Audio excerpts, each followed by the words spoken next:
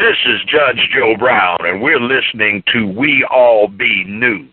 News-free Dixie for the 21st century.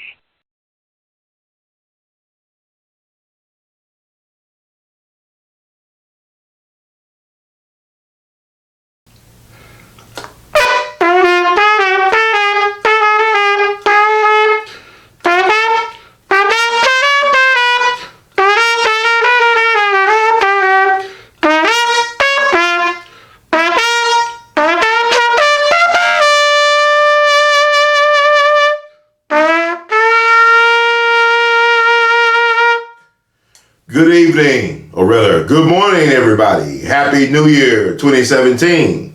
This is your brother Ron, brother R2, C2H2, the artivist, with the word from Mr. Hurd for the new year. I want to welcome everybody back to a new year. Things are about to get really good, really hot and heavy in here. 2015 was a bitch. 2016 was a beast. And what will be 2017? Is 2017, is she a lady? Whoa, whoa, whoa. We don't know yet, okay? So here I want to tell the black family out there, shout out to the black family. We made it, baby. Not so quite. If the 8 years that we have came out of haven't taught you anything or have taught you something, is the fact that we have not arrived. We have not gotten to the promised land. But I want to tell you one way we might get there as a people or as a tribe. Dear black people, devote 2017 to finding your tribe. I repeat, dear black people, devote 2017 to finding your tribe. Last year, I spent a lot of time on the road. I probably spent more time on the road than actually in my hometown of Memphis, Tennessee. Memphis, the land where kings go to be made and to die. Okay, think about that. Elvis Presley, B.B. King, Dr. Martin Luther King, the Kings, man. But what I'm saying is I spent a lot of time on the road last year trying to find myself. You know, one of our ancestors had the name of Sojourner Truth. She said she had a vision or a voice or something told her to sojourn, travel the land. Sojourn means to travel and to tell the truth. Well, I spent a lot of time traveling the land, sojourning the land to try to find my truth and try to find knowledge of self. And I have realized that if black folks want to succeed in this paradigm, in this current paradigm we find ourselves, if we want to succeed beyond all measure, we must find our tribe, meaning we must find like-minded black people to work with to achieve our ends. Once again, black folks must devote their time finding like-minded black people, cultivating a culture, an environment where you can actually succeed against all odds. The reason why I say this is very important. You see, like people always talk about, well, you know, everybody else is making it in America. How come black folks can't make it? How come the black American cannot make it in America where everybody else is making it in America? Because everybody else who's making it in America voluntarily came over to America with their cultural identity intact. Once again, the so-called people who are making it, so-called making it in America, came over here voluntarily on their own strength and will to America to start a new life with their cultural identity, with their mother tongue intact. What I mean by mother tongue, the language that they speak to communicate among their people, their mother tongue. You understand? You know, think about this. You know, it's like, you know, Japanese and Chinese fought each other. They didn't never get along. They all Asians, right? They're part of the Asian family. But within the Asian family, you got different types of groups. You got, you know, Koreans, you got Vietnamese, you got Chinese, you got Japanese, and so on and so on. So they might be Asians, but inside of the Asian group, there are subgroups, okay? So, but they all have a tongue, a mother tongue that unites them as a culture. So when they come over here, for example, they're coming from a country of origin, right? No, Chinese come from China. So also you got to think about this. they could have a line of credit from their country of origin. And then when they get over to America, the land of so-called milk and honey, they could get a line of credit and they get, loans and whatnot from the bank, from the lending institutions. Because they're not coming over here when they come in to look for a job. See, black folks always tell their kids, you're going to grow up, get out the house at 18, and find a job. Jobs don't exist. Jobs are a violation of the universe. And as we talk about that later. But they come over here to start businesses. Their family members, not only get a line of credit from their country of origin, but their group, their family provide funds for them to help start businesses in America. So once they start thriving businesses in America, they can send money back as well as send for other family members to come over here to help them start businesses. So that's how you get your Chinatowns and Koreatowns and all this stuff. That's how you get Dearborn, Michigan, where they call it Iraqi town. I went to Dearborn, Michigan last summer. It was amazing to go to Dearborn, Michigan because there's so many people from the Middle East, from Iraq in particular, who have thriving businesses in Dearborn, Michigan, right outside of Detroit, where black folks are catching hell. Even outside of Flint, Michigan, where black folks can't find good drinking water to drink. You got a thriving community and all that doing well, who just probably has been over here in the last 30 years. Ain't been really 30 years since they had established their presence in America and they already thriving. Whereas black Americans been over here before there was an America. You understand? And we still at the bottom, like that, like a scorched pan. A skillet, with that black scorched stuff at the bottom of the pan, you can never get rid of all the way. That's who black folks are. They have created us in a permanent underclass, so to speak. So I say all this to say, people coming over here voluntarily with their cultures intact, with financial support and cultural support from their country of origin, so they are able to establish a foothold in this new world and thrive and create generational wealth. Now, black folks have not been allowed to do that. Yes, I know black folks can do a lot of things, right? We're magical people, right? We're magical people. We could bleed. Niggas bleed just like us, okay? So what I'm saying is black folks have not been allowed, historically speaking, to do the same things, to enjoy the same privileges as some of their so-called fellow brethren or people of color, whatever you want to call it. Because even when Nigerians come over here or Kenyans or anybody from the motherland come over here to establish themselves, and people say, well, the African immigrants are doing well. How come black Americans can't do well? Because once again, they have their cultural identity. They have their mother tongue. They have their country of origin. They know their history. Because all real knowledge and education starts with a foundation of knowledge of self. Know thyself, be thyself, do for self. Once again, know thyself, be thyself, do for self. This is what we got to understand. Stop blaming the victim for being a victim in a system that exploits and terrorizes them. Black folks are not at fault for being attacked by the system. It is what it is. It's called a system of white supremacy. And once again, let me remind you people. You people meaning people, I don't care what, you people, right? My people, whatever. White supremacy is not in nature. White supremacy does not exist in nature. It's a man-made system to allow to allow white folks, so-called white people, to stay on top by any means necessary. White supremacy is a system that allows white people to stay on top by any means necessary. That means if you are superior, how come you gotta cheat me out of my fair share? Think about that. If you are superior, how come you gotta lie about your true identity, about your true history? Why you gotta lie to kick it or to kick our ass? Why you gotta lie? Show thyself. That means white supremacy ain't superior. It's a con game. White supremacy is a con game. Wake up, black people. And we are allowing the con game to exist because we don't believe in ourselves. The people that spend the most money in the system are the people that are hurting the most.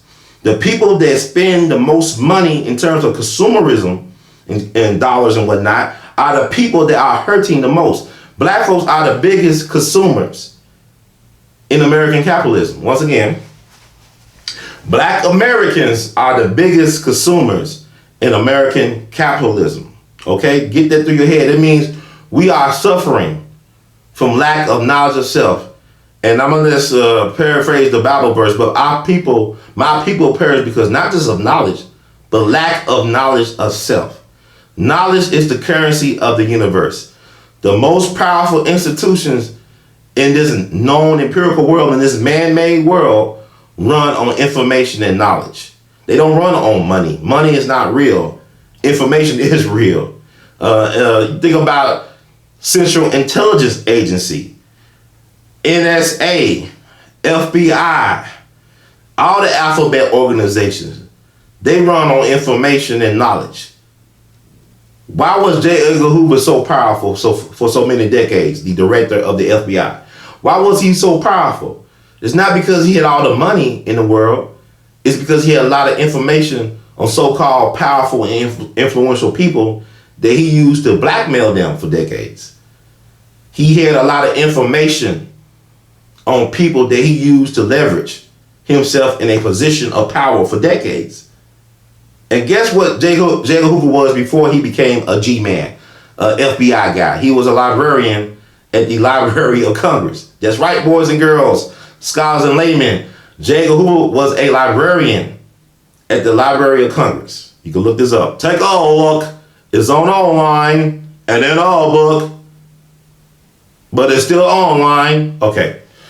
So I say all this to say, black folks, find your tribe, find your like-minded black people, because history is not changed by the majority. It's changed by the minority, and not the way we think of minority. I'm talking about it's a small group of dedicated people that change the trajectory and narrative of our story, his story, her story, history.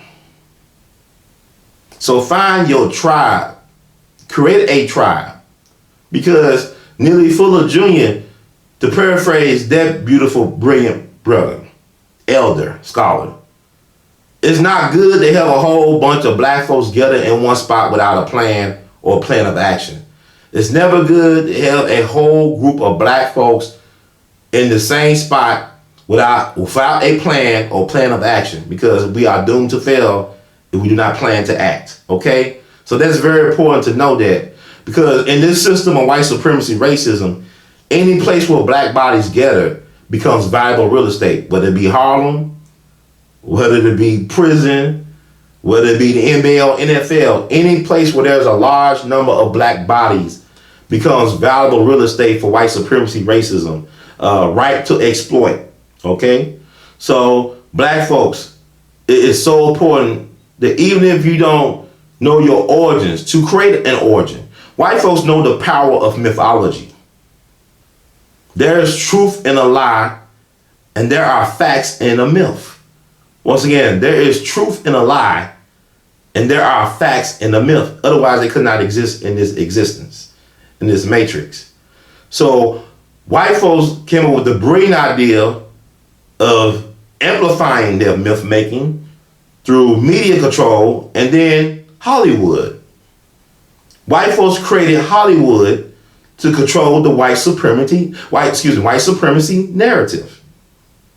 So Malcolm, one of his greatest contributions to us is to help us understand the power and influence of the media.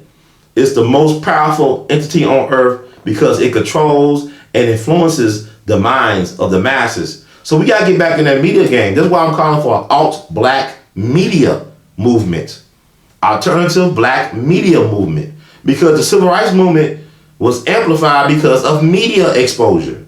And not only just white stream media exposure, but also black press media exposure. The so-called race beat, which covers stories that white America did not know exist or didn't care to know that they exist. So we need that type of grassroots movement. Otherwise, you look at how black folks have used social media in the last 8 or 10 years. A lot of things that would have went on the radar got exposure, like Gen 6.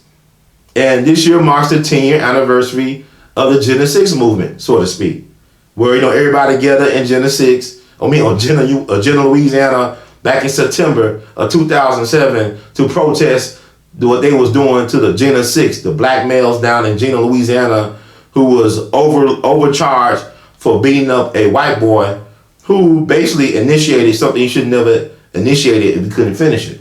That's all I'm going to say on that. But here's the thing. That was 10 years ago. But my problem with us as black people is that we reward white folks for their bad behavior. Once again, we as black people reward white folks for their bad behavior. We must stop rewarding white supremacy for the ratchet and recklessness and the BS that how they treat us. Okay? You know, this is the thing. A lot of folks, shout out to Michael Basin, who's not on the air anymore. I guess some of it had to do with his involvement in amplifying the Gen 6 movement. But you had all these black folks come by the busloads. All these black folks throughout the country coming down to Jena, Louisiana, staying at the white folks' hotels, eating at the white folks' restaurants, white folks, shopping at the white folks' stores. You rewarded white folks for their bad behavior, how they treat our children. We must stop doing that. Yeah, Million Man marches are cool, but you don't own the buses, you don't own the hotels, you don't own the restaurants. Black empowerment is better. We don't need to showcase to white people. We don't need to plead to white supremacists. We need to get among ourselves and come up with a plan of action. And we need to stop looking for this so-called leader. The Messiah exists inside of you. Once again, the Messiah, the leader that you are waiting for, is already inside of you, waiting to manifest. The most important religion that you can believe in is believing in yourself. Once again, the most important religion that you can believe in is believing in yourself. Because to believe in yourself is to access and to manifest that inner G. Access the inner G. You get me? Maybe you do, maybe you don't. It is what it is. But we must find, as black people, our mother tongue, our existence, our cultural identity. We can't create one because culture is created by people. We are the fathers and mothers of civilization. We are the original people. We are the chosen people in the Bible. Judaism is an African religion. Judaism deals with communalism, not communism, because what white folks do, European civilization or Western civilization bastardized all the good stuff. They talk about high art being so inaccessible to the common folk. High art is just folk art in disguise. All high art, that high level art, that ballet and all that stuff and classical music, it's just folk art, okay? It comes from the people. Louis Armstrong, one of the greatest musicians to ever grace our matrix, was a high artist. He was a folk artist, though. He came from the hood. He came from a place in New Orleans known as the Battlefield. He came out the whole houses in New Orleans. His first wife was a prostitute.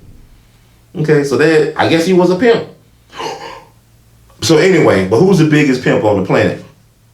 So, what I say all this to say, we must get together with like-minded black people. It don't take that many black folks to change the world. The real Holy Trinity is the black man, woman, and child. Once again, the real Holy Trinity is the black man, woman, and child. The black man, the black woman, and the black child. See, you even study the civil rights movement. We were at our best, not when the white college students came down to help the black folks register to vote and read, but when black family worked together for our own interests. We actually had a black agenda. Studying the Montgomery bus boycott. They didn't need white folks to organize or to get together to fight the system. You had black women, black men, and children getting together. Same thing with Project C Birmingham in 1963. You had the children volunteering to get involved in the movement and was willing to go to jail for what they believe in. So you had black men, women, and child participating in their own liberation struggle. Nobody can free you but you. John Brown couldn't free black people.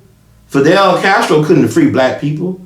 Black people must free black people. You free yourself and you can free other people. Do for self means doing for others as well. When you do for yourself, when you invest in yourself, you create an example.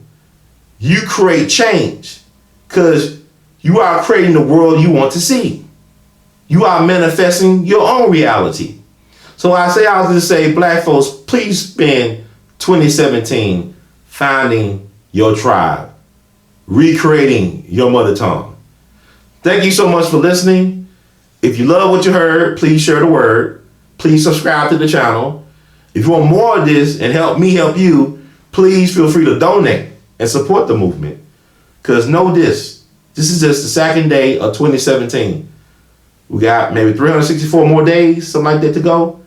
And know that when you're dealing with me, you're dealing with the best in service to humanity.